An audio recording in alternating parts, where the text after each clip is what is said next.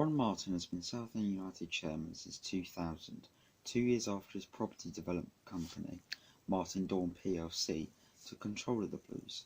As Ben Coker said, "When I first got here, Southend was a horrible place to come play football, and now teams are coming here and they're beating us pretty easily. But where did it all go wrong for us?" In the past 23 years, we have definitely experienced success, seeing 3 promotions and a historic win over Manchester United, but we've also experienced a lot of failure, including 4 relegations and fallen to the 5th tier of English football, something that hadn't happened since 1920. However, most of these failures have been in court and not on the pitch. Over the past 14 years, we have had numerous tax issues. Firstly, in the 2009-10 season, we faced 2 winding up orders over unpaid tax bills and players not being paid, before Ron Martin miraculously found the money to pay the bill in April 2010. Another occasion was in 2020 when it took this blithering idiot 7 months to settle HMRC debts of just under $500k. In April 2021, 28 years after leaving the club, Stan Collymore offered to buy the club from him, eventually becoming the club's chief football strategist. I don't think it's a good sign when a club is having to rely on their former players to keep the club alive, especially when he only spent 9 months with us. Martin's not just a bad football club owner, he's a bad businessman as well. Although we've been struggling financially for this long, he's wanted to build a new stadium for 24 years, just trying to financially benefit himself. Fossett's Farm is the proposed development of a 21,000-seater stadium, along with 850 new homes and a load of other things. This has been the plan since 1999, yet there are about 4 houses built on the site as we speak. Although it sounds good, if you can't pay your staff and players, can't extend players' contracts, and can't even buy new players, you don't try building a new stadium. It's like not being able to afford bread because you just purchased a 9-bedroom farmhouse on 60 acres of land worth a small fortune. Furthermore, from 2019 until 2020, our debt rose by £2.4 million, making the total fall just shy of £20 million in debt.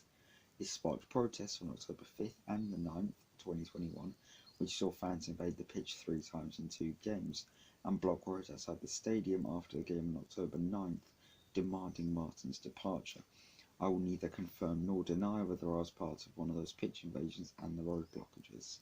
Collymore went to the BBC to publicly criticise Martin's ownership, criticising his plans for a new stadium when Roots Hall falls into a dilapidated state, describing the club as needing emergency support, and we're on life support.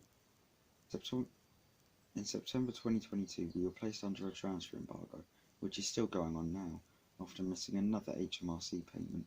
The following day, PG Site Services withdrew their support and now won't be sponsoring us next season.